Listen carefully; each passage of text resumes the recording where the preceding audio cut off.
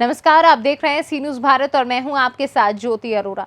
वक्त हो गया है न्यूज बुलेटिन का, जिसमें हम जानेंगे कि कहां सड़कों पर धड़ल्ले से चल रहे अवैध खनन माफियाओं के मिट्टी से लदे ट्रैक्टर ट्रॉली, कहां संपूर्ण समाधान दिवस लगा, सुनी गई समस्याएं और कहां सर्वसम्मति से शिक्षा समिति का हुआ गठन। इन सभी खबरों को जानेंगे विस्तार से, तो आइए नजर डालते हैं इस वक्त की बड़ी खबरों पे।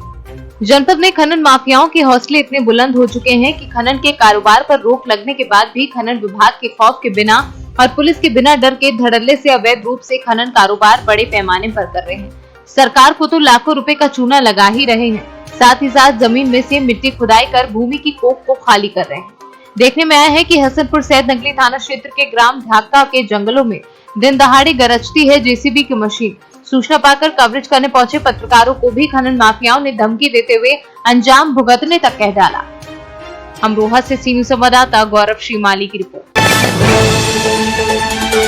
उत्तर प्रदेश सरकार ने लॉकडाउन के बाद फिर एक बार हर तहसीलों में जनता दरबार लगाकर जनता की समस्याओं का समाधान किया। सोच सरकार की बहुत अच्छी है, लेकिन उसका अधिकारी और कर्मचारी पालन कितना करते हैं और निस्तारण कितने का होता है, ये बात बिल्कुल आईने की तरह साफ है कि मामले बहुत से हैं जो आज भी लंबित हैं। आप लोगों को बताते चले कि रघुपुर गढ़ा के जितेंद्र कुमार त्रिपाठी की जमीन गाटा संख्या 2049 से खरिंजा पर रोक लगाई और अधिकारियों का जाना मामला है, लेकिन कोई काम ही नहीं करना चाहता है। बता दें कि ऐसा ही एक मामला काफी समय से नरोत्तमपुर का है, जिसमें मीना देवी ने अपने दीवार तोड़कर वहां दरवाजा लगा रही, जो पहले कभी नहीं था, जिसमें रमेश पाल ने कई बार शिकायत पत्र डीएम एसपी को दिया और आज फिर से तहसील के संपूर्ण समाधान दिवस पर शिकायत दर्ज कराने के बाद कहा कि ये दरवाजा नहीं लगना चाहिए क्योंकि ये गलत है। फतेहपुर से सी न्यूज संवाददाता ब्रजेश श्रीवास्तव की रिपोर्ट। इमामगंज प्रखंड के उर्दू प्राथमिक विद्यालय शमशाबाद में रविवार को शिक्षा समिति का चुनाव पर्यवेक्षक महबूब आलम, प्रभारी प्रधानाध्यापिका सरवरी खानम और वार्ड सदस्य मोहिबुल्ला खान की देखरेख में संपन्न हुआ। इस दौरान पर्यवेक्षक महबूब आलम की ओर से चयनित सदस्यों को उनके अधिकार और कर्तव्य के बारे में जानकारी दी, साथ ही एक पौधा लगाने की भी नसीहत दी।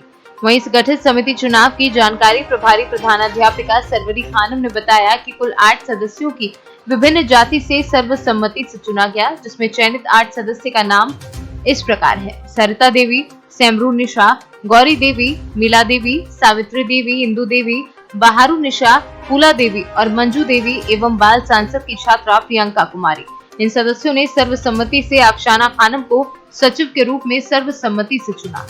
के रूप में महबूब आलम, मैं उर्दू प्राथमिक विद्यालय शमशाबाद शिक्षा समिति सदस्यों के चुनाव के लिए मैं यहाँ पे उपस्थित हुआ हूँ और यहाँ पे सर्वसम्मति से जो है 8 सदस्यों का चुनाव किया गया, जिसमें पिछड़ी जाति, अति पिछड़ी जाति, एससी और जनरल, ये 8 सदस्य चुने गए और इनमें से जो है 8 सदस्यों में से फिर वोटिंग करवाया गया अध्यक्ष पद के लिए, जिनमें जो है ये सचिव पद के लिए, जिसमें सचिव पद का नाम जो है क्या नाम था, अफसाना खातून को सर्वसम्मति से चुना गया और इन सबों को इनका अपना कर्तव्य के बारे में बताया गया और इन लोगों को बोला गया कि प्रत्येक व्यक्ति जो सदस्य यहाँ के बने हैं वो अपने नाम से विद्यालय के अंदर में एक पेड़ लगाएं और बड़े होने के बाद उनका जो है उनका देख रेख करें और बड़े होने के बाद जो है उनका नेम प्लेट यहाँ के प्रधानाध्यापक लगाएंगी और इसी के साथ यहाँ ये कार्यवाही को समाप्त किया गया।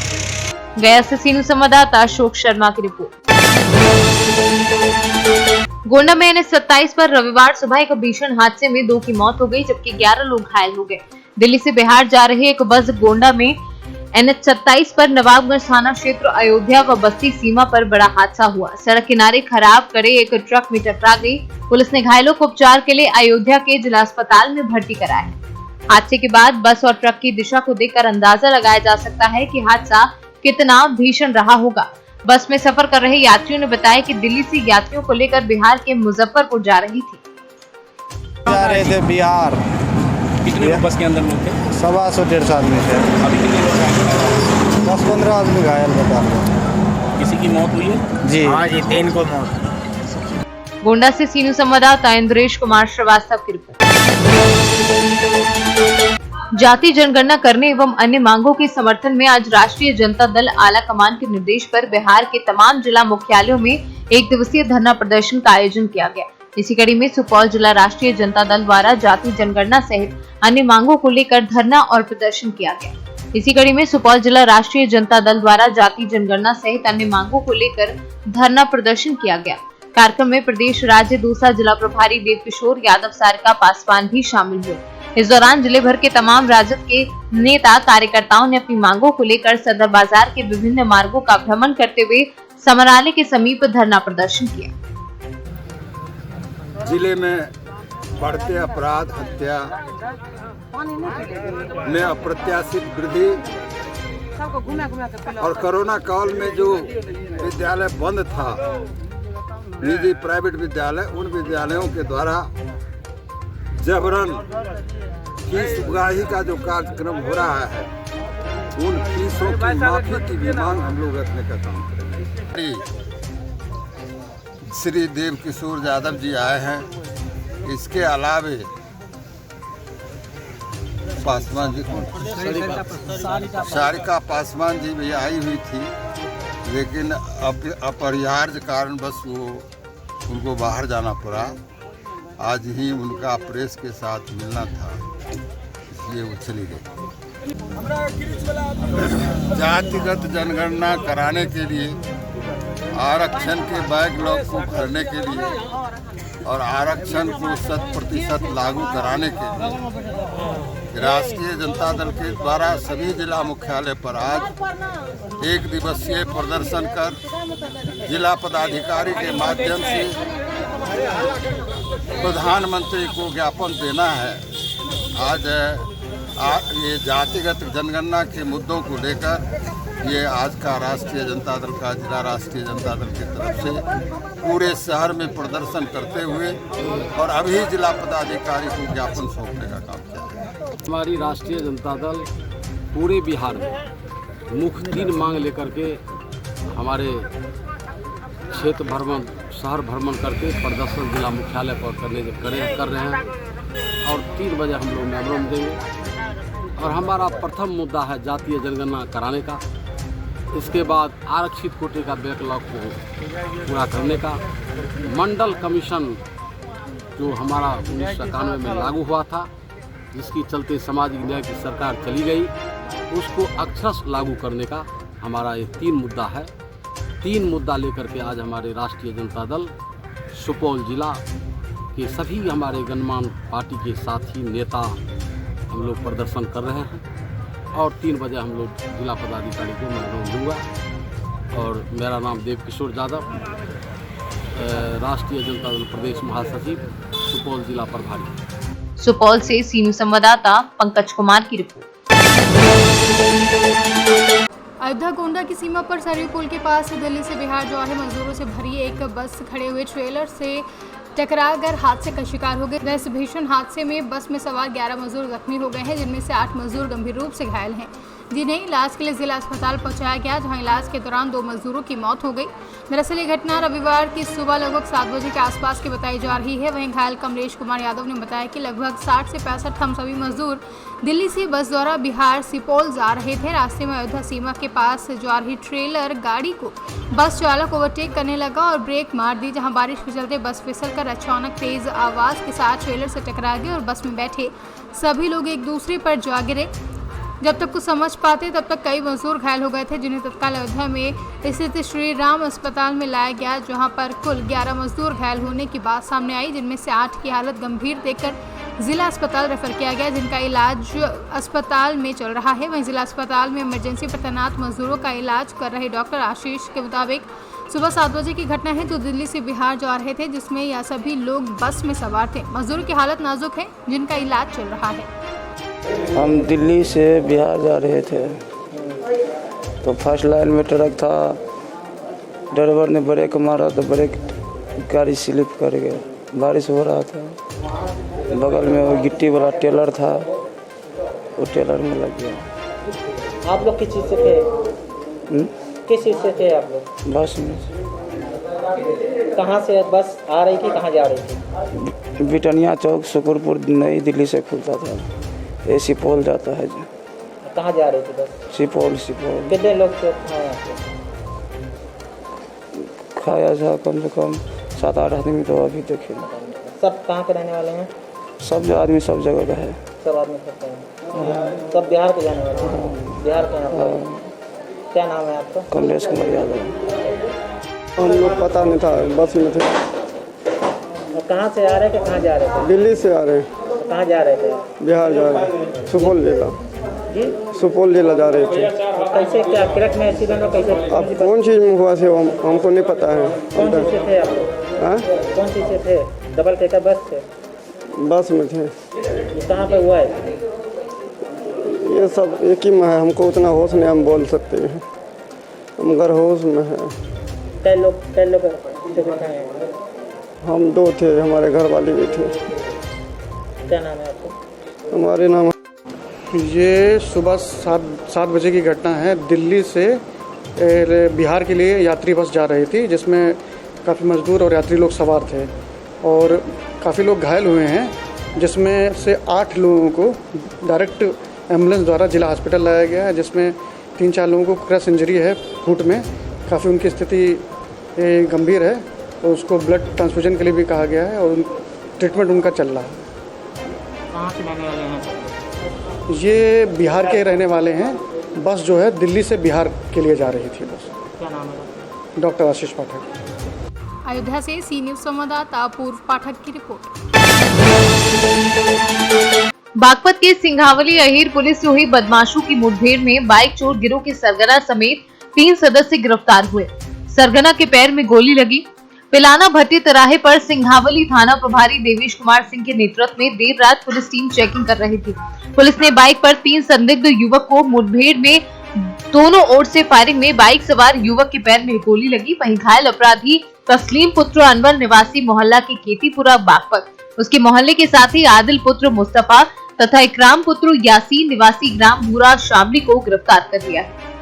कहाँ मुठभेड़ हुई और कितने बदमाश थे? सिंघावली अहीर पुलिस द्वारा पिलाना तिराहे के पास चेकिंग की जा रही थी। उसी दौरान 3 संदिग्ध व्यक्ति एक बाइक पर सवार आते दिखाई दिए। पुलिस द्वारा रुकने का इशारा किया गया। उन लोगों ने पुलिस पार्टी पर फायर किया। आत्मरक्षार्थ पुलिस द्वारा कार्रवाई की गई, जिसमें एक बदमाश घायल हुआ है।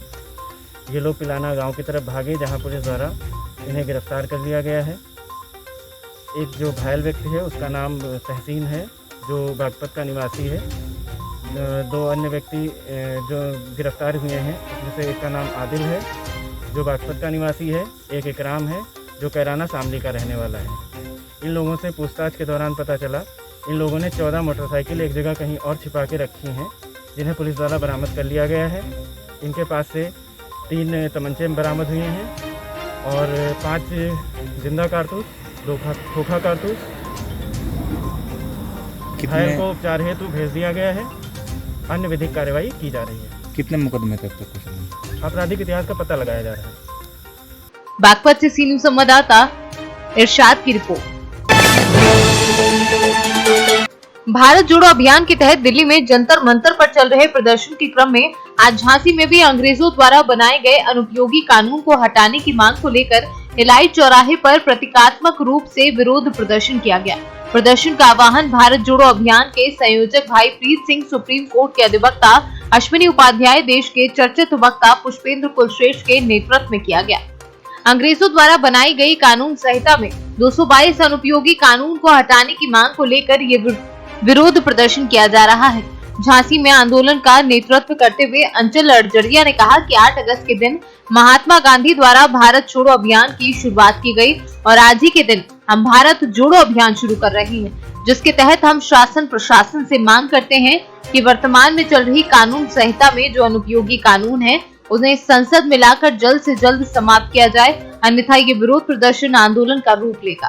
आज आपने विरोध प्रदर्शन किया? देखिए, भारत के अंदर जो अंग्रेजों द्वारा प्रदत्त कानून है वो लागू हैं। ऐसे 222 कानून भारत के अंदर लागू हैं। भारत जोड़ो अभियान के तहत आज हम लोगों ने रद्दी जला करके उन कानूनों को बदलने की मांग की है और सरकार से मांग करते हैं कि इन कानूनों को बदला जाए। हमारे अश्विनी उपाध्याय जी, पुष्पेंद्र कुलश्रेष्ठ जी और प्रीत सिंह जी सहित सभी लोग दिल्ली के अंदर इसकी मांग कर रहे हैं। साथ ही साथ हम लोगों ने झांसी से भी मांग की है और इसको लेकर के एक बड़ा आंदोलन हम लोग खड़ा करने वाले हैं पूरे देश के अंदर, जिसके माध्यम से जो अनुपयोगी कानून हैं जिनका कोई उपयोग नहीं, जैसे कि हम लोग चाहते हैं कि समान श्रम संहिता हो, समान नागरिक संहिता हो, समान धर्मस्थल संहिता हो, समान शिक्षा संहिता हो, इसी तरह से 222 इस प्रकार के कानून हैं जिनकी कोई उपयोगिता इस देश के अंदर नहीं है, जो अंग्रेजों द्वारा बनाए हुए कानून है। जैसे कि आप देखिए धारा 144 है, एक छोटा सा उदाहरण दे रहे हैं। धारा 144 में है कि 4 से अधिक लोग इकट्ठा नहीं हो सकते हैं, जबकि चाहे कोई अधिकारी जाए, चाहे उसका एस्कॉर्ट जाए, चाहे कोई भी जाए, तो 4 से अधिक लोग एक गाड़ी के अंदर हमेशा होते हैं। तो यह कानून कहाँ से प्रासंगिक है इस भारत के अंदर? तो इस प्रकार के अनेकों कानून हैं, पुलिस एक्ट है, इंडियन पेनल कोड है 1860 का, 1861 का पुलिस एक्ट है। तो ऐसे कई सारे एक्ट हैं, 222 के करीब टोटल एक्ट हैं जिनको हटाए जाने की आवश्यकता है और उनको स्वदेशी तरीके से जो अब भारत का नवनिर्माण हो रहा है, नवनिर्माण के हिसाब से नए कानूनों को बनाने की आवश्यकता है। उसको सरकार बनाए और संसद के अंदर पेश करके उन नए कानूनों के अनुपालन के अनुसार भारतीय लोगों को चलाने का काम करे। ऐसी मांग भारत जोड़ो आंदोलन के माध्यम से हम सभी लोग कर रहे हैं। जैसा कि हमने बताया कि आंदोलनात्मक चरणबद्ध आंदोलन चलते हैं, तो इसके लिए चरणबद्ध आंदोलन आज आपको ध्यान होगा 8 अगस्त को भारत छोड़ो की मुहिम गांधी जी के द्वारा दी गई थी। तो आज हम लोगों ने भारत जोड़ो की मुहिम दी है कि जितने भी भारतीय हैं हम लोगों को जोड़ना है और भारतीयों के हिसाब से ही कानून बनवाने का काम करना है। Bureau report C news. खबर मुजफ्फरपुर जिले से है, जहां बोचहा प्रखंड अंतर्गत आथर गांव में रविवार को बाढ़ से पीड़ित लोगों के बीच कुरियर जगत से अग्रणी कंपनी डिलीवरी प्राइवेट लिमिटेड ने राहत सामग्री का वितरण किया। जहां कंपनी के अवर प्रबंधक अश्विनी कुमार ने बताया कि हमारी कंपनी बाढ़ पीड़ितों को सहयोग के रूप में लगातार राहत सामग्री पहुंचाने का काम कर रही है। इसी कड़ी में आज आथर में 400 से ज्यादा परिवारों में करीब 2100 पीड़ितों के बीच राहत सामग्री का वितरण किया गया। राहत वितरण में कंपनी के अवर प्रबंधक राकेश कुमार, चंदन मिश्रा समेत कई लोग मौजूद रहे। मुजफ्फरपुर से सी न्यूज़ संवाददाता गंधीर कुमार झा की रिपोर्ट।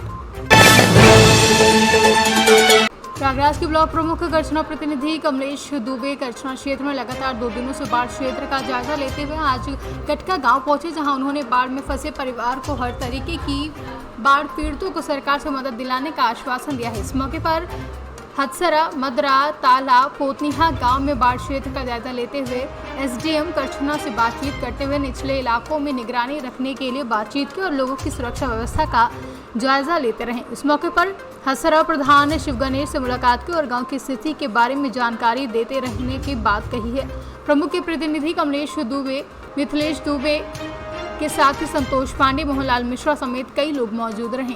मिल रहा है कि हम आए हुए हैं तो मतलब इनका मुआवजा मतलब लिख के दिलवाएंगे, लेखपाल बुलवाएंगे या फिर एसडीएम को भी देंगे। इस तरीके का पूरा आश्वासन दिया है और होगा भी।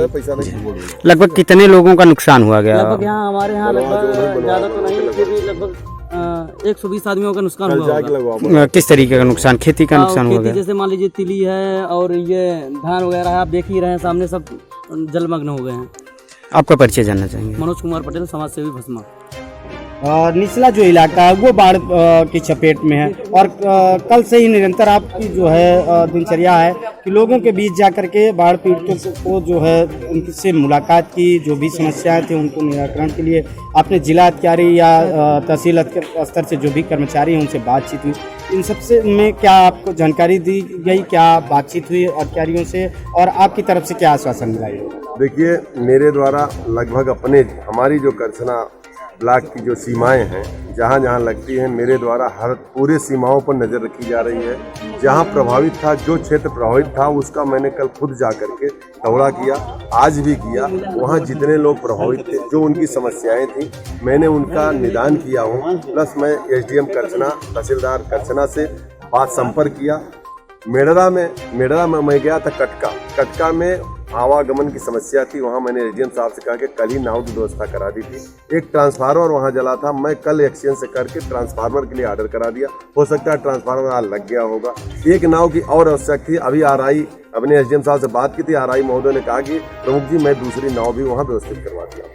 तो मैं आपको आश्वस्त कराना चाहता हूं कि मैं अपने स्तर से अपनी जितनी भी मेरी सीमाएं हैं, इसमें किसी प्रकार की समस्या नहीं होनी पाएगी। यदि कोई समस्या होती है तो उसके लिए मैं पूरी कोशिश करके उसको समाधान करने का प्रयास करूंगा। किसी भी व्यक्ति को किसी प्रकार का कष्ट उठाने की आवश्यकता नहीं। प्रयागराज से सी न्यूज़ संवाददाता मंगला प्रसाद पटेल की रिपोर्ट। फिलहाल के लिए न्यूज़ बुलेटिन में बस इतना ही। देश और दुनिया की तमाम बड़ी खबरों के लिए आप देखते रहिए सी न्यूज़ भारत।